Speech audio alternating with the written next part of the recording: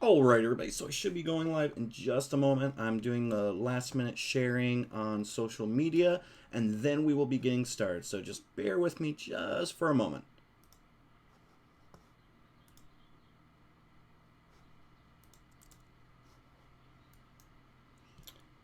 Alright, just getting through sharing some stuff, and then we're going to get started. Definitely let me know where you guys are from, and if this is your first time viewing the live stream or not. I would love to hear it. All right, sharing to Facebook.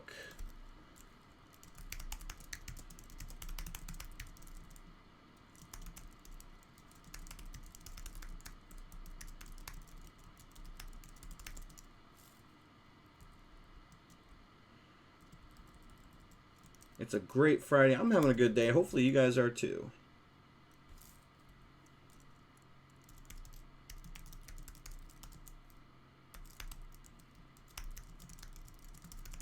Sorry also that I am a little bit late today. I decided to go for a morning workout, and it took me a little bit longer than I anticipated to get going. So hopefully you guys are having a good day. Here I'm gonna switch over. Whoops, wrong one. There we go. Switch over to my my webcam while I get these last minute shares out. As the screen said, we will be talking about freelancing today. Today is live stream Friday number 9. And I also mentioned that I am running a little bit late today, and that's simply because I wanted to go ahead and get a workout in. You can kind of see I'm a little bit sweaty still. Luckily I showered, and luckily there's no like smell-o-vision here. But while I'm sharing out on social media that we are going live, let me talk about a couple of things that have been going on recently. So this week, I actually got a comment on one of my videos, I believe Wednesday, and they asked about this drawing course that I talked about previously in one of my live streams, or excuse me, in some of my videos. And it got me thinking, I'm like, wow, I actually did a ton of work on there. Maybe it's time that I actually go ahead and get things going and finally finish up putting that course together. So luckily, I actually had a downtime with client work, and I decided to spend that time working on my drawing course, my daily drawing lessons course. And the course is about, I would say, about 80 to 85% finished, and it should be going live potentially next week. So definitely keep an eye out on that. I am actually sharing a link to a unfinished version of it to a few people, and I might end up doing a little giveaway of that this time around. Nightcrawler, okay. Hey Julian, how's it going? And by the way, guys, if you want to, please, by all means, start commenting in the chat. Let me know where you guys are from. If this is your first time tuning in, I always love to hear it.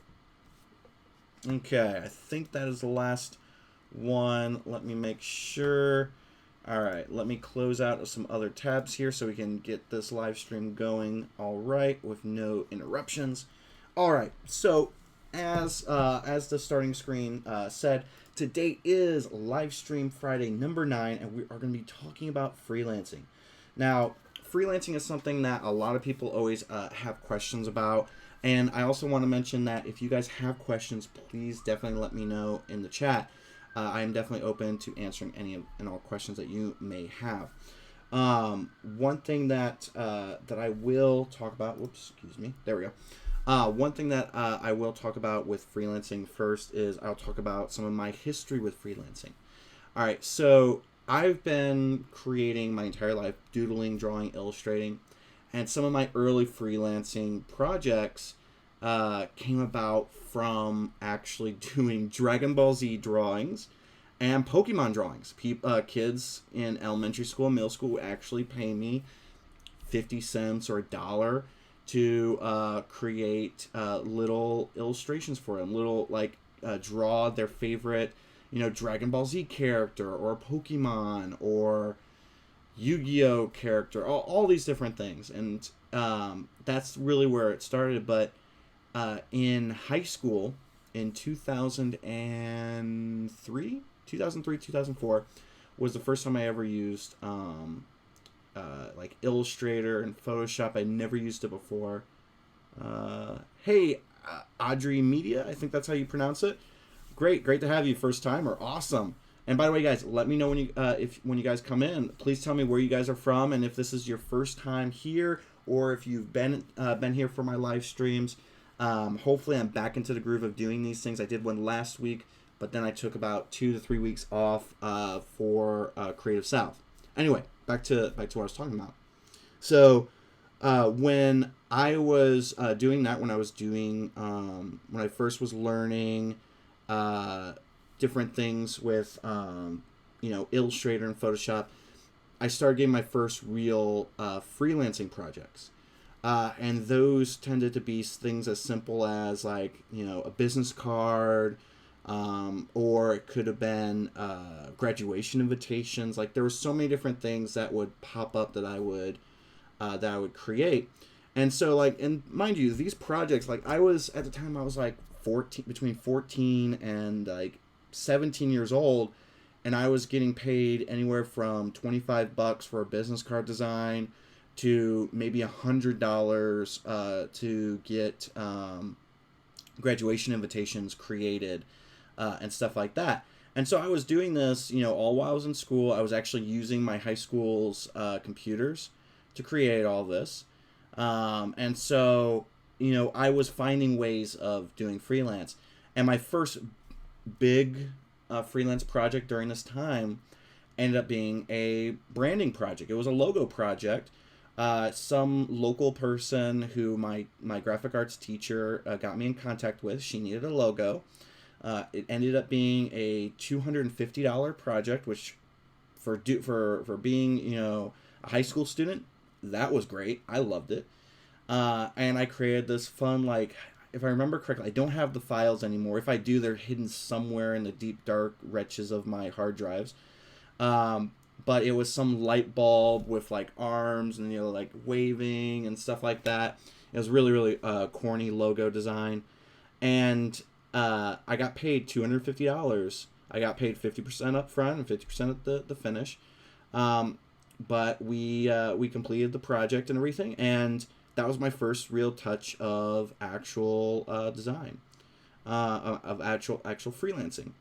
So let me quick jump in the chat right here to look. Yeah, Goku, Julian. God, how many people had me draw Goku? Mew.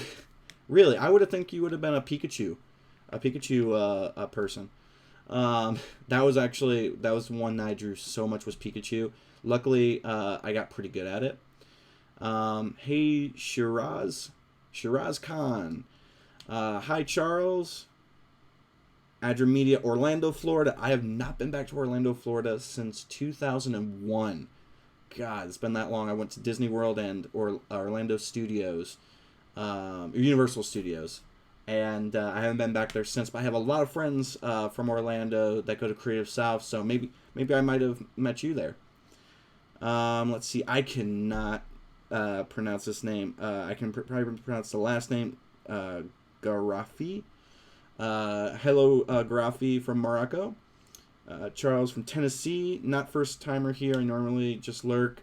Well, thank you so much for jumping into the chat. But yeah, so freelancing is something that I've been doing now for, let's say that first project was probably 2007.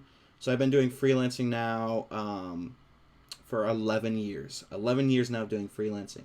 And for the most part, when I did freelancing, it was not many major projects. It was usually a project here or there, maybe a project once every month or so. So I'd bring in a little bit of extra income, especially when I was a student in high school and in college.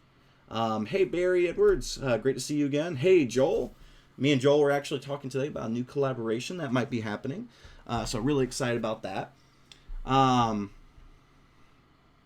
Okay, so graphic design's new to you.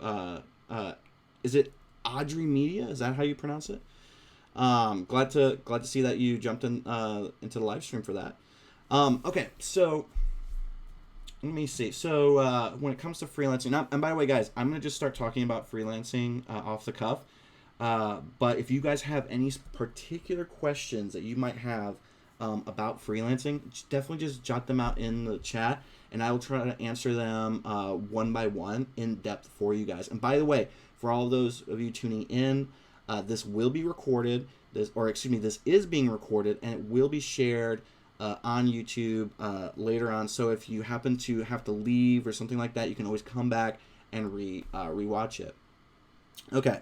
So in college was when I really started to do a lot of freelance.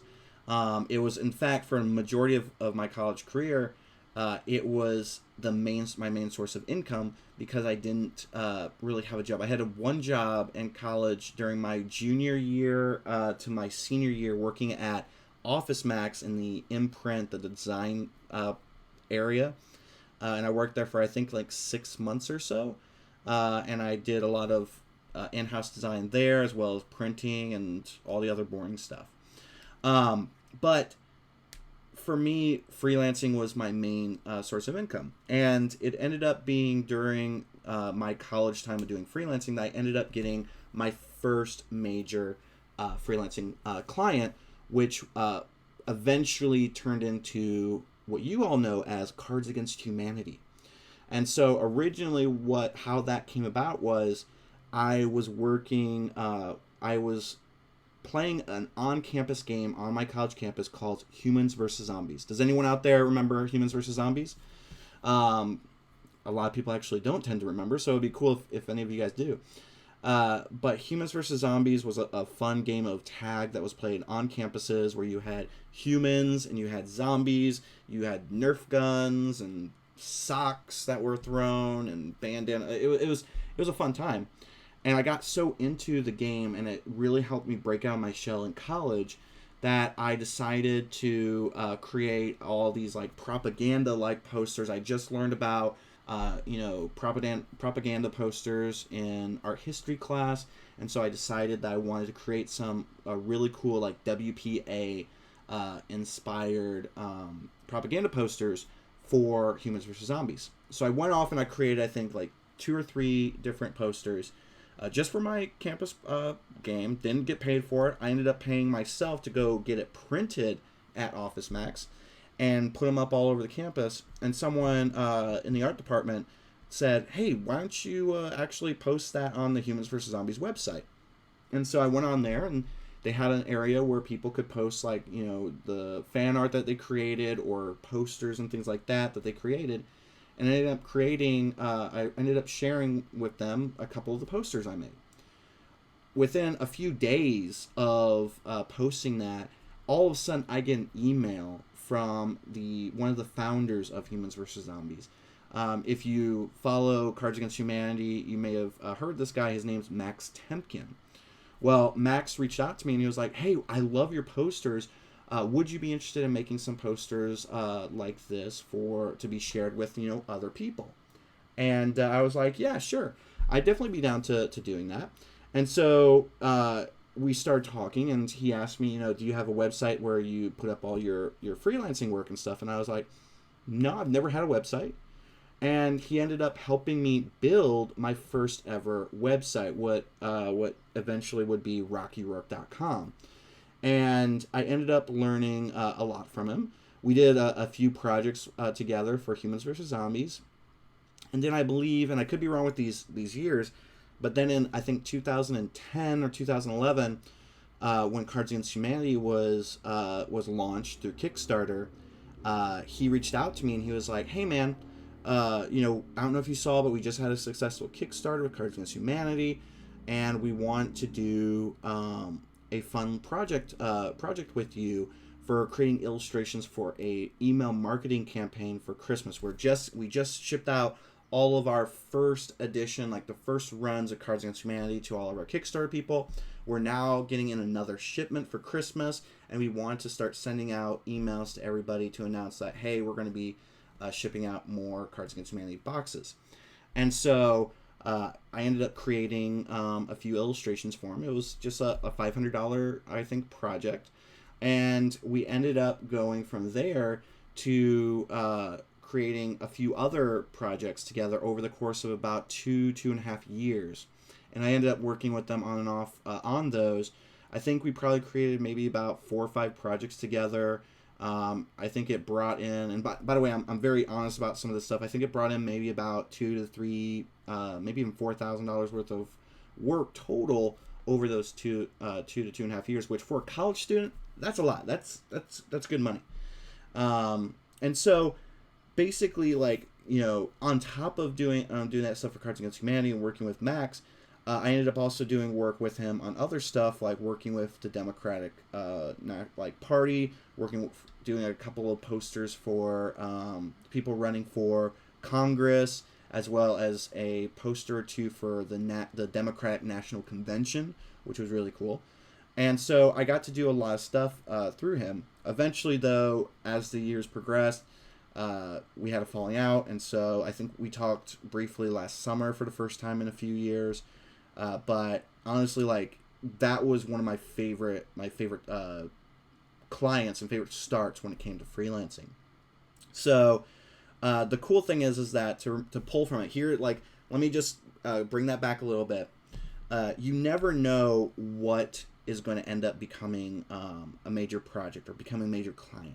You don't know who you're going to work with that will lead to being a major client. Don't worry, Zeke Michael. This will be recorded, so you can go back and rewatch it. It's okay that you're 15 minutes late. It's all right. Anyway, so the thing to pull from that is, if you think about what happened, I ended up creating free posters for a game on campus that then got me attention from the actual Humans vs. Zombies founders, which then led to me doing paid work for their next project, Cards Against Humanity. So those free posters I created just for fun. I created them for myself and for the game. No one asked me to do it. It wasn't spec work or nothing. I just created it for fun of it. Those things I created for fun ended up over time, over about maybe 2 years' time, ended up turning into actual paid work. So free posters ended up equaling about maybe between $5,000 to $6,000 worth of paid work, not including the stuff I did, including the stuff I did for Cards Against Humanity and the other projects that me and Max worked on.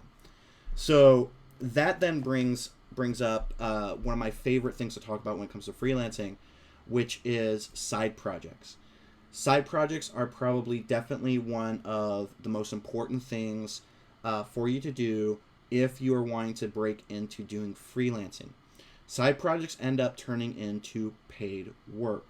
Now, the best example I can give, besides the poster example, excuse me, my nose is itching right now. It's probably still the sunscreen from being outside. One of the best examples I can give you guys when it comes to side projects equals freelance work is my side projects I've been doing now for 4 years now, Slaptastic. For those of you who don't know, I'm the founder of Slaptastic, a monthly sticker subscription service. If you guys want to, definitely go check it out. It's www.slaptastic.com, slaptastic.com. Definitely go check it out. But that was just a fun side project that, honestly, even to this day, has not made me directly a lot of money. In fact, last year I think we made less than $1,000. But it's a fun project I get to do. I get to help create all these amazing stickers, and I get to have artists create stickers that then are produced. And here's on my desk here's a fun sticker pack I did with Josh Lewis. Amazing guy, amazing illustrator. But I get to create things like this and ship them off all over the world. But the thing is that when I first started this, I ended up doing a Kickstarter, and I ended up creating all of these illustrations for that Kickstarter. I created all of these avatars for the Kickstarter, all these avatars of the artists who said that they would create stickers. Now, once I did that, once I posted those and I shared them on social media, I shared them on Dribbble, on Kickstarter, then inquiries started coming in. They're like, "Oh, we love those little avatars that you created.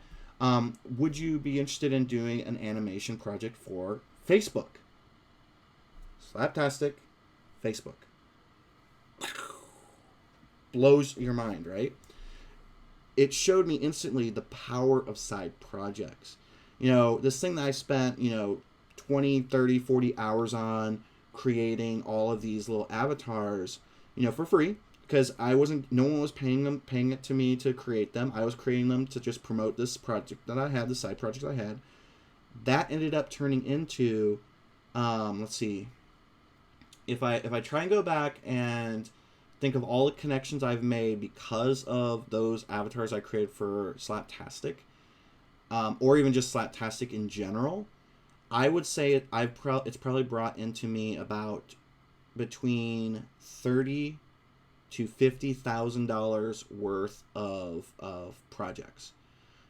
Just because of the fact that I started this fun project, that I do all of these. I did those avatars at the beginning, and mind you, like I create stickers for, like here's a sticker I created for the April pack, I believe. Yeah, the April pack. I created a bunch of stickers for that. I've created a few more over time. But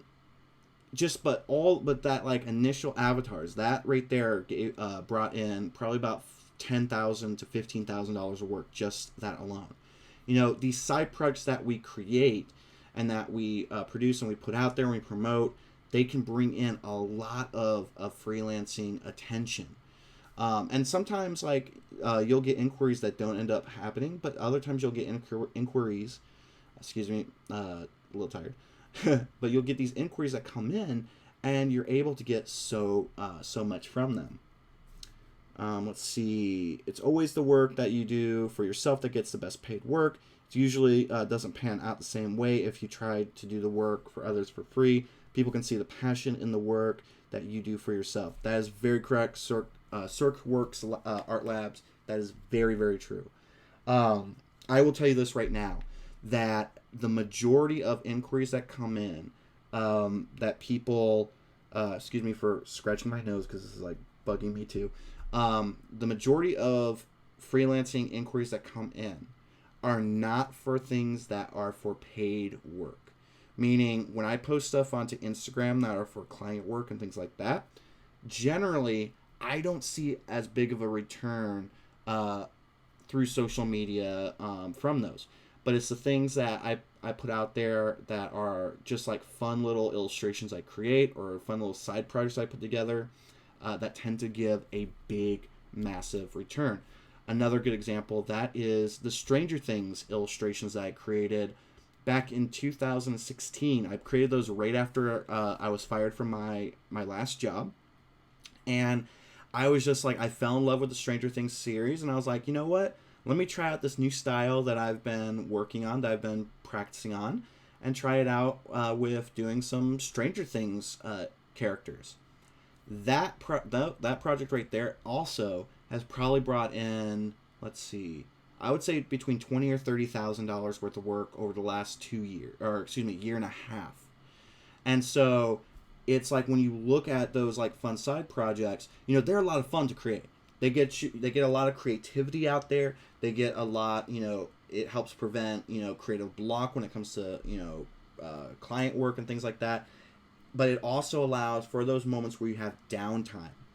Downtime is something that a lot of people don't necessarily think about when they're freelancing, especially when you're freelancing full time, is that you will sometimes have areas where it's completely dry. There's no clients coming in, there's no projects coming in, or maybe you just finished up a bunch of client work and now you have nothing to work on. No inquiries have come in, and so it's those times that you shouldn't just be like, okay, let's see, twiddling my thumbs here, trying to figure out what I should do next. How am I going to get more inquiries coming in? No, instead what you should do is spend that time working on a side project, because those side projects are going to be like, and when I say side project, I don't mean doing something big like Slaptastic. You don't have to do that. What I mean is doing something like a small series of illustrations, like how I did with the Stranger Things illustrations, or doing something like how Matt Koffenberg, an amazing illustrator, he does stickers for Slaptastic from time to time, how he started doing these Marvel characters that I'm sure has brought him probably a lot of freelancing work, but he also now sells on his website through prints. So there's so many things. Like if you spend those extra times where you have no work coming in, creating stuff that you can then share and get a buzz going, you will bring in more work over time from that than the stuff I do for Facebook or the stuff I do for Envision isn't going to bring in nearly as much work as the Stranger Things illustrations, or maybe, I don't know, the next thing that I create, whatever that may be. Let's see. Do you feel that once people see the work and the results, it breaks the wall down for people looking to hire, or is it the exposure that gets you to gig? So that's a really interesting question, Adra Media. Let me think about that for a second. So I would say that I guess that would partially be. I mean, I guess both of those sides are correct. So when you create things for yourself, you tend to put more energy into it.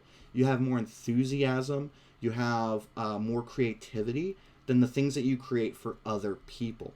And so when you post those side projects, when you post those things that you create for yourself, you have more enthusiasm. You share it more.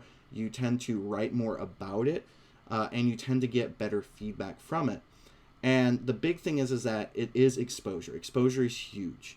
And it tends to be that, yes, it does break that wall. It also lets you introduce things that you might not normally create for clients. So, for instance, a great example is the Stranger Things illustrations that I created.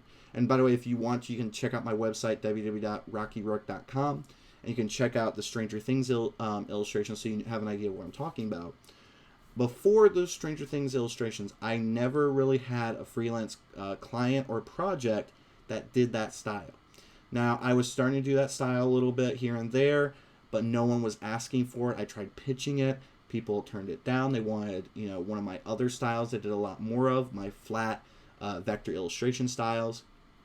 And so I was like, okay, then I guess this style will be for myself. This will be my little creative outlet.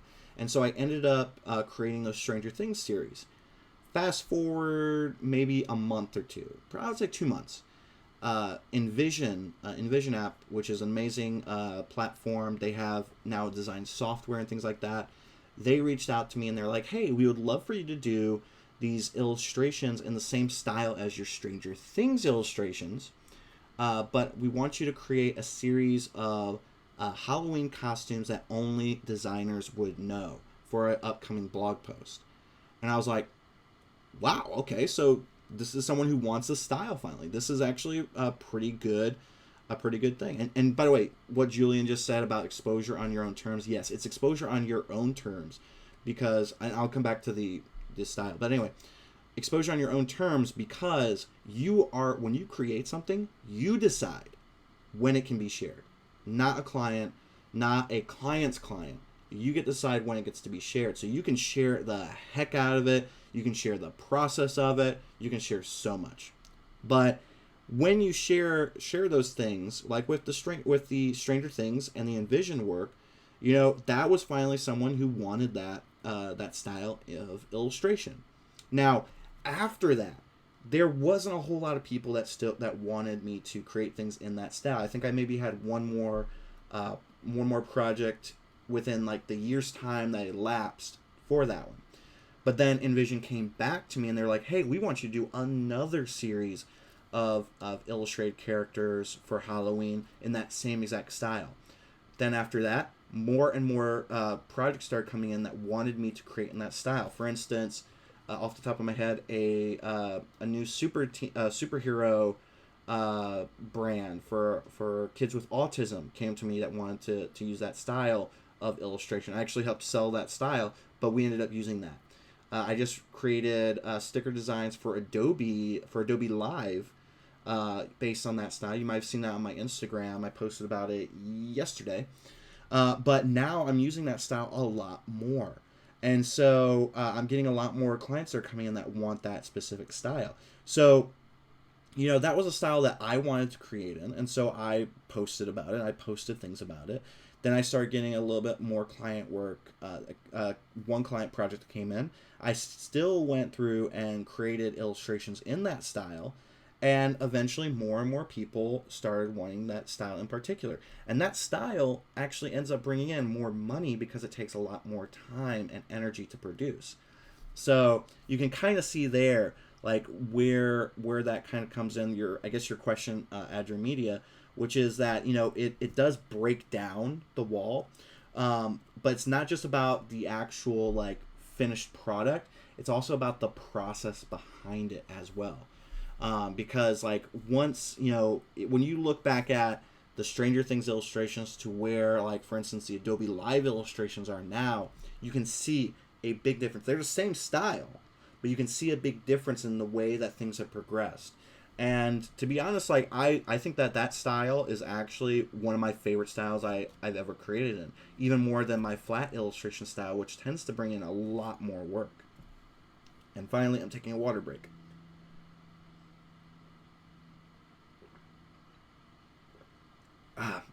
Okay.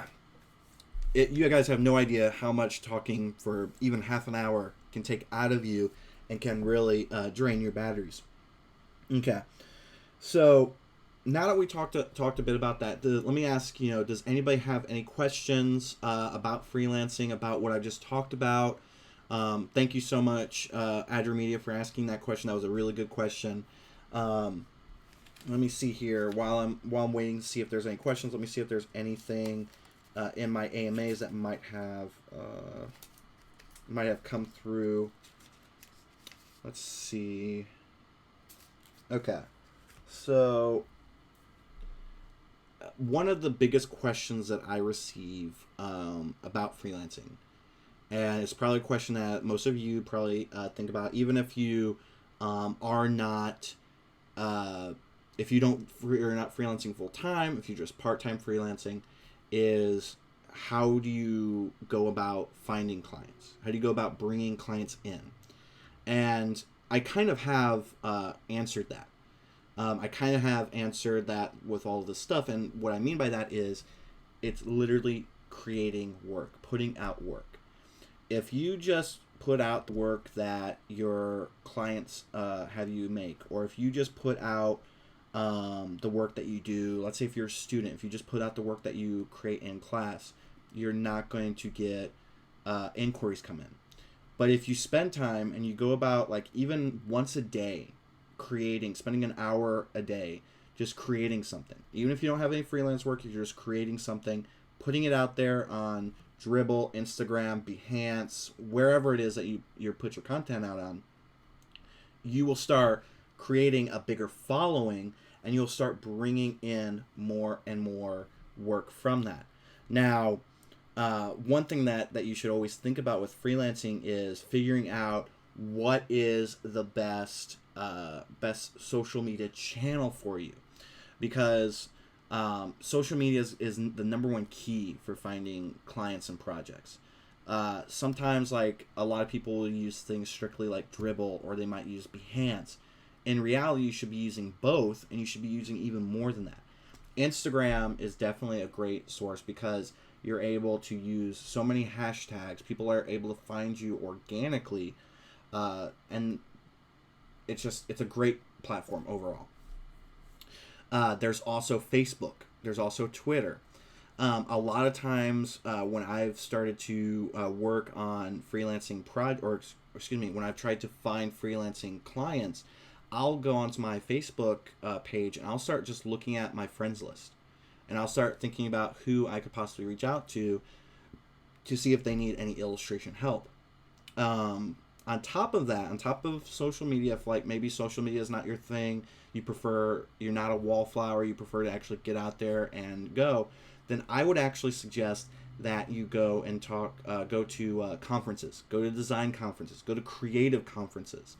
But you have to go, you need to go to conferences because they allow you to be exposed to agencies, to possible people who might need your services, depending. And this goes for either if you're a web designer, if you're an illustrator, if you're a branding designer. This is the gambit here.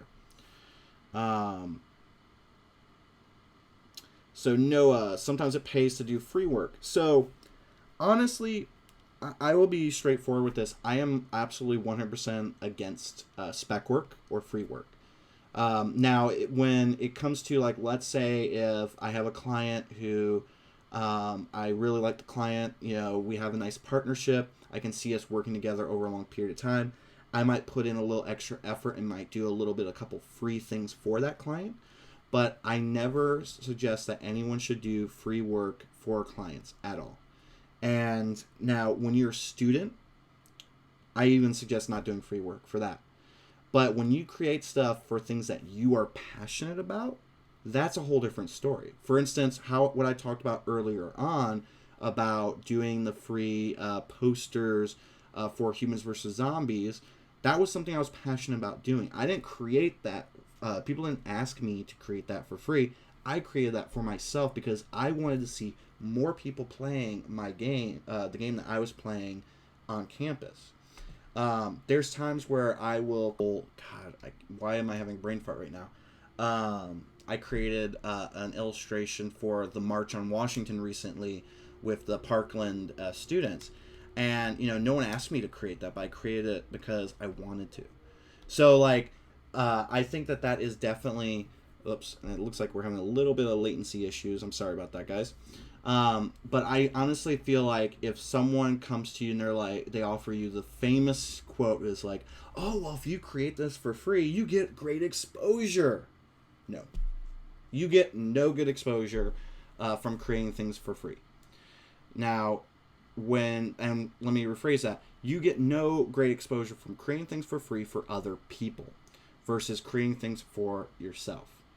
So I definitely would suggest that you do, if you're going to end up going about creating stuff for free, create free stuff for yourself, for things that you believe in, things that you want to create for, instead of doing free stuff for other people.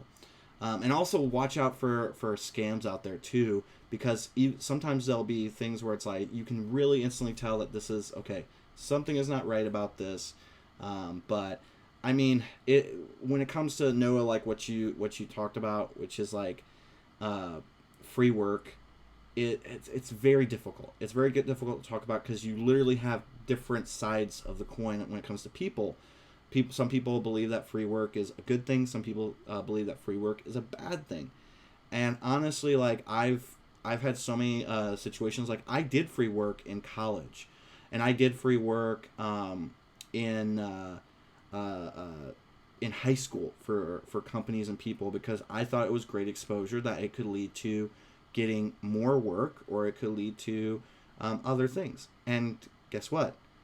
I would say about 99.9% of the time it did not.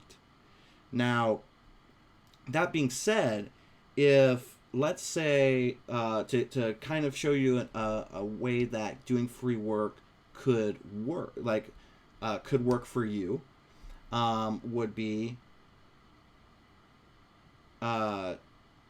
doing free work for let's say like you have a startup that you really believe in, that you really would love to do work for, and I'm gonna use illustration example here because that's what I do.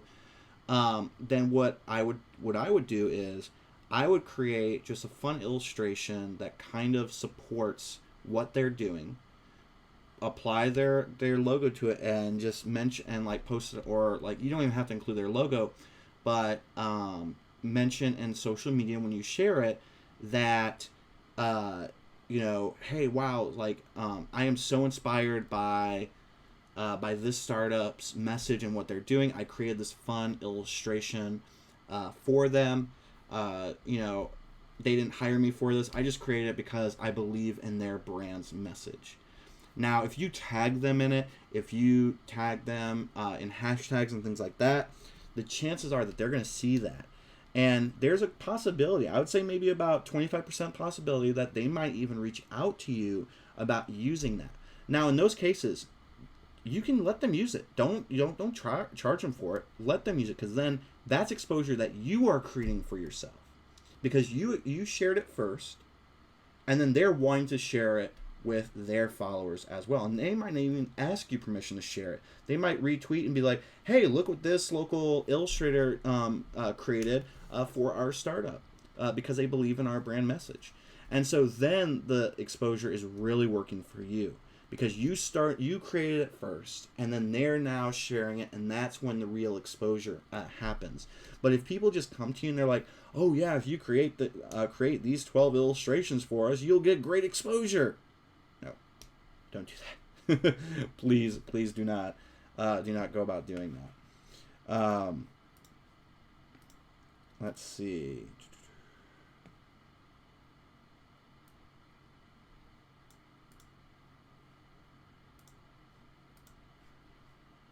All right, so let's see. So my question for the rest of you guys is, do you guys have any other questions about freelancing? Like I can talk about freelancing over and over again every day of the week, but I'm curious, like what kind of questions that you guys have about freelancing that you guys might have for me, because of the fact that I am a full-time freelancer.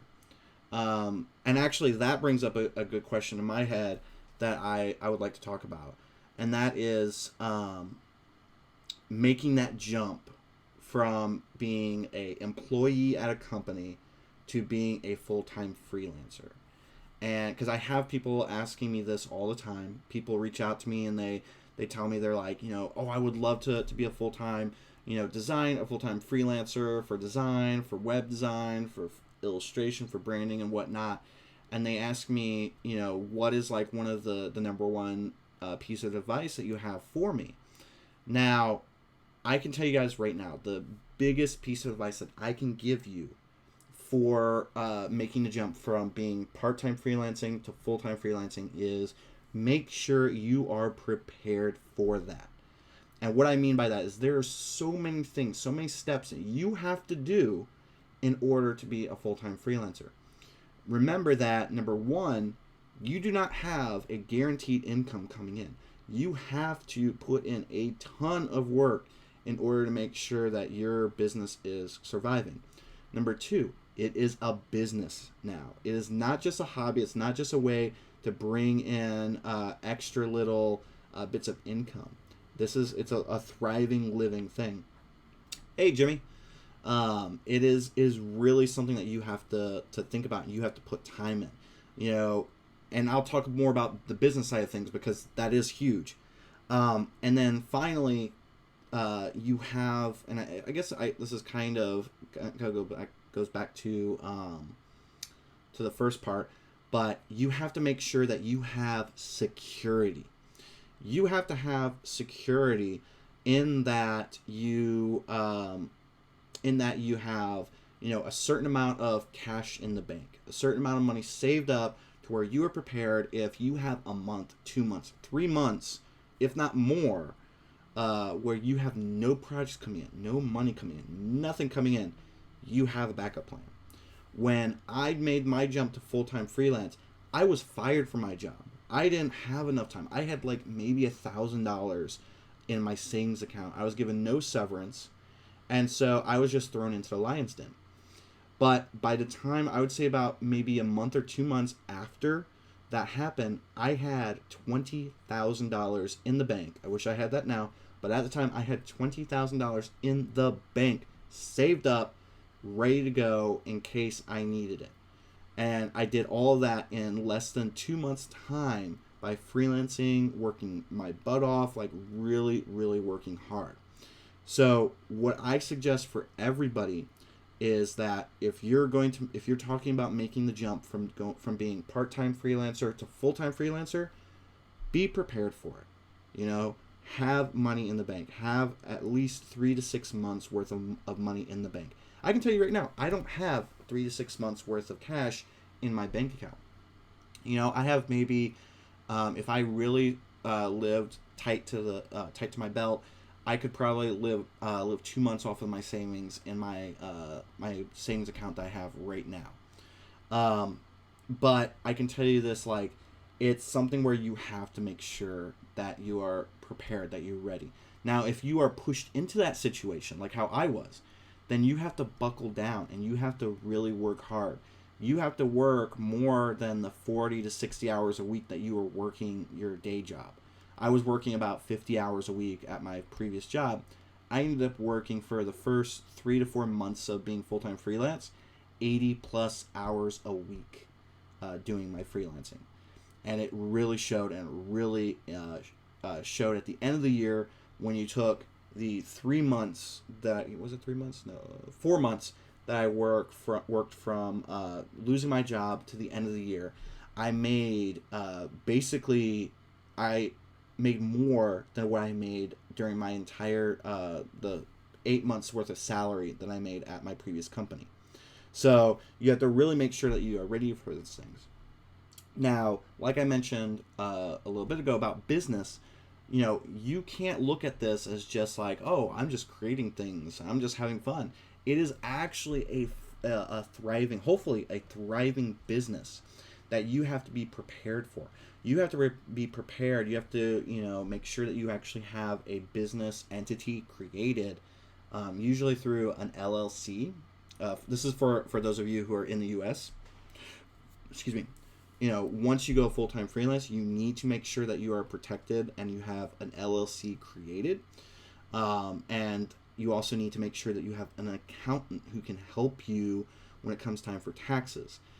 For instance, one of the biggest problems with being a freelancer is what's called a self-employment tax. I'm not sure like the full information about like how much that is. I believe it is around like $2,500 that no matter what, even if you had a loss or even if you didn't have to pay any other taxes, you have to pay that $2,500 self-employment tax because you are considered a contractor. But if you have a business entity and if you have go through certain filing procedures, then you don't have to worry about that self-employment tax, and you end up saving yourself money at the end of the year. The other thing is you have to also remember that you are going to be paying taxes at the end of the year. There's no such thing as a tax refund when you are working for yourself. You then have to worry about paying taxes. For instance, and I mentioned this over social media this year. My taxes for last year, I ended up paying with state and federal. I ended up paying over $12,000 in taxes. That's $12,000 I wish I had right now. Oh, I wish I had $12,000 right now, because then I could start paying down some debt. So you have to think about those things. The other thing that you have to think about is that your time is extremely valuable. And so you need to go out and actually learn a lot. When you just start freelancing full time, you have to go out. Like I went out and purchased courses on business. I got books on business, audiobooks on business. I was absorbing as much as possible. And so what you guys normally see on this YouTube channel is you see me talking about, creativity and pushing through things and stuff like that. A lot of times I'm sitting here and I'm listening to podcasts or audiobooks about business. Right before I started this live stream today, I was going through and I was actually listening to, what was I listening to? I was listening to the Tim Ferriss podcast. I was listening to the TED Radio Hour podcast, the Side Hustle School podcast. I was listening to all these things that can help benefit me in the long run. When I was out on my walk today, my 2.5 mile walk, I was actually listening to an audiobook by Dale Carnegie that was written back in, I think, the 40s or 50s.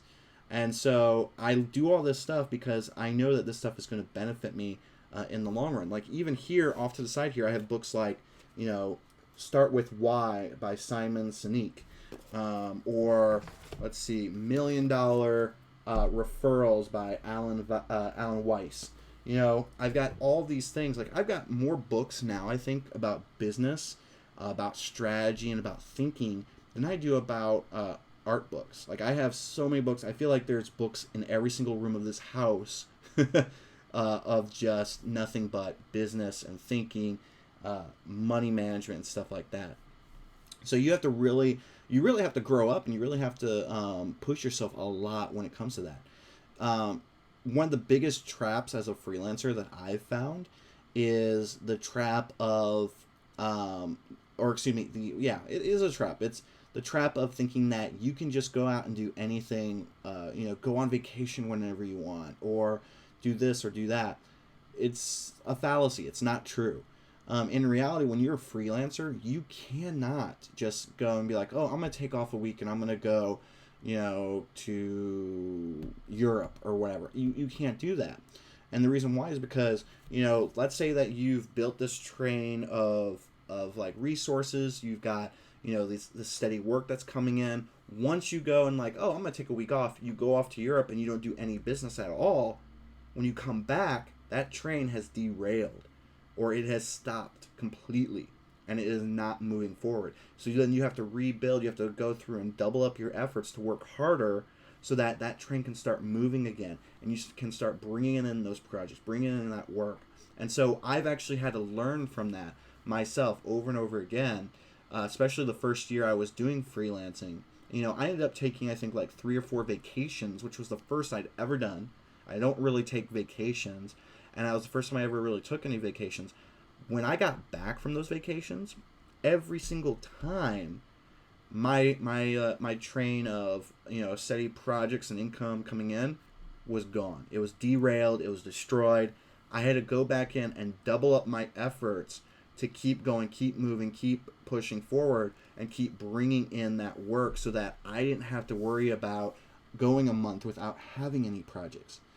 Luckily, in the time that I've been freelancing full time, which is over a year and a half now, I have only had 3 months where I didn't have new projects coming in. Those 3 months, which were one after the other, I luckily had retainer clients in those spots, so I was able to still have money coming in, but I didn't have new projects coming in, and it ended up making me feel safe. I was like, oh, I have money coming in. And then 6 months later, after I'd gotten through that hump, it was almost like clockwork that I had one of the retainers end their engagement after 9 months. A month later, I had my other retainer end their engagement after 9 months, and I ended up losing an income stream of about $7,000 a month from those retainers ending. And so then I was like, oh crap, I've got a lot of work to do. So you have to really think about those things. Freelancing is not something that's an easy thing to really do. You have to really push yourself a lot harder than you might think. Okay, so I'm going to open it up. It's been 53 minutes. I think I'm going to probably end this shortly, but I want to open this up to any and all questions that you guys might have about freelancing, because I want to answer any and all questions that you might have. I can go blue in the face talking about freelancing, but I know that some of you might have targeted questions that you might want to ask about that. So I'm going to take a little water break, scratch my nose like crazy. I think it's also because of the fact that I have possibly sunburn on my nose too. Okay, so Noah, to clarify, I'm not saying spec work. I'm referring to piggybacking off of your point of using your time. Okay, yeah, so that's where I figured after I started talking about it, I realized that that's probably what you meant, Noah. Personal projects. I don't see personal projects being free work. I view them as being investments. Think about like you're investing in potentially bringing in more work from those projects.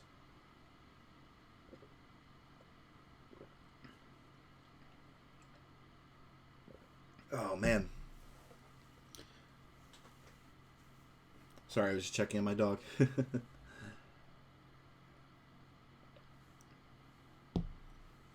Is there anyone out there listening right now that are full-time freelancers themselves, or thinking about going full-time freelance? I don't know. I might have scared some people off talking about the perils of freelancing.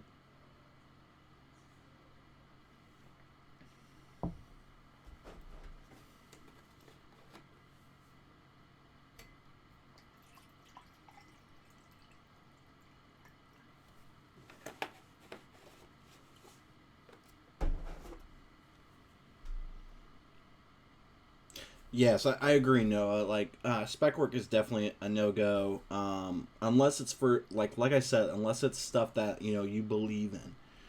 For me, I'm not a religious person or anything like that, but there are definitely like nonprofits or causes that I gladly will create illustrations for to like promote them and everything like that. But when it comes to like startups or companies coming to you and everything and asking for free work, it's definitely hard. And that's coming from someone because, like, for instance, with Slaptastic, none of the artists that create illustrations, they don't get paid for those illustrations, and that's simply because we don't make any money off of it, really. So what I end up doing for them is, now I give them free sticker packs. Like, I think now I'm giving between 15 to 25 sticker packs to the artists whenever we get their months completed. And so they have like they get to see the actual stickers, in their own hand. They get to see their artwork made into a real thing that they know that people are enjoying all over the world. Um, Thanks, Jimmy. I'm glad to know that you agree with the stuff I'm saying.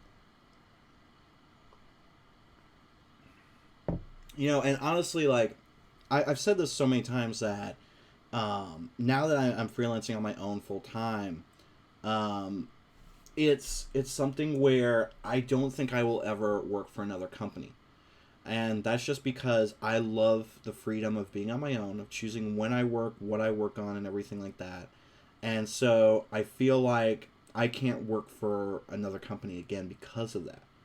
So I definitely think that that happens to a lot of people. But then that also there's a lot of people who go full time freelance. They'll do it for a couple of years or maybe even just a year, and then they'll go full time working for a company. Awesome, Noah.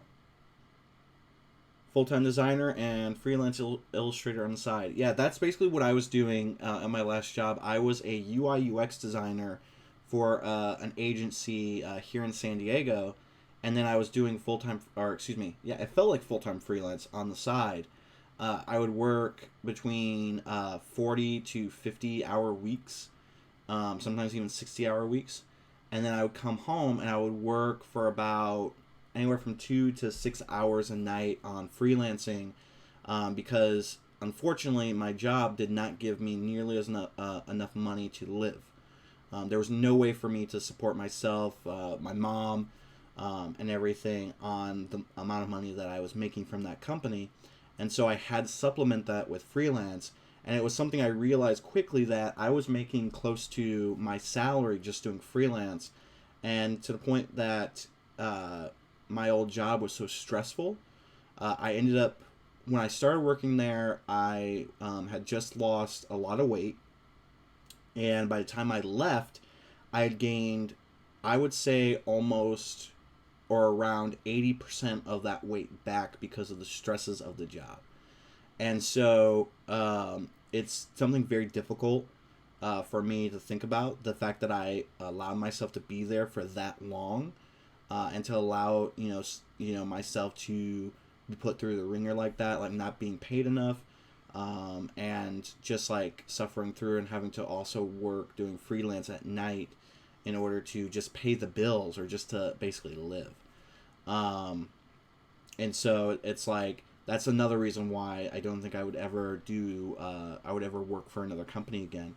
Like I get reached out to all the time by companies, and I unfortunately have to turn them down because of the fact that they they may offer me really sizable salaries and stuff like that, but I don't take them because it would end up I would have to move, or I would have to actually, yeah, move is the biggest problem because I get hit up by companies in San Francisco all the time, but they always want you to actually work in the offices. They want you to come live in San Francisco, and there's no way I would ever move to San Francisco. All right, so we just hit the 1 hour mark of today's live stream. I think I'm gonna call it right now. I want to thank you guys. I know this was a bit of a different thing than we normally do. Normally, I'm creating things and talking to you guys all at the same time. But I'm glad that it seems like a lot of people really got a lot from me talking about freelancing. Excuse me. If you guys are watching the playback from this, please by all means, comment down below if you have any questions whatsoever.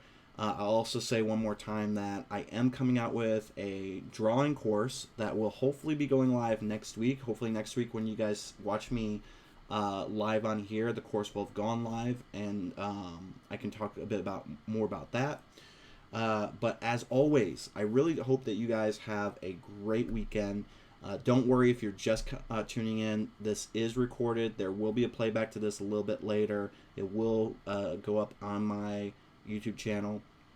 I hope you guys have a great weekend. I hope you guys create some awesome things this weekend. And as always, the thing that I always like to say to you guys is to remember to always stay passionate about what you're doing, about the things that you're creating, about the people around you. Always stay positive, because even when there's dark times or gloomy times, there will be a light at the end of that tunnel. Things will get better no matter what, I promise you.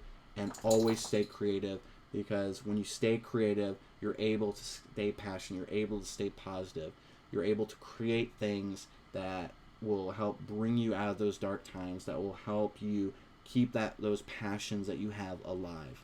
So that's it for today's live stream. I hope that you guys had a great time watching. Hello DIT Institute. I hope that all of this information you guys have heard from today really helps you out. Thank you so much, Jimmy and Noah and everyone else. Thank you, Barry. Thank you, Julian. Thank you guys for tuning in. If you guys haven't noticed, I'm tired, so I'm gonna call it. Hope you guys have a great weekend. See you, everybody. Bye.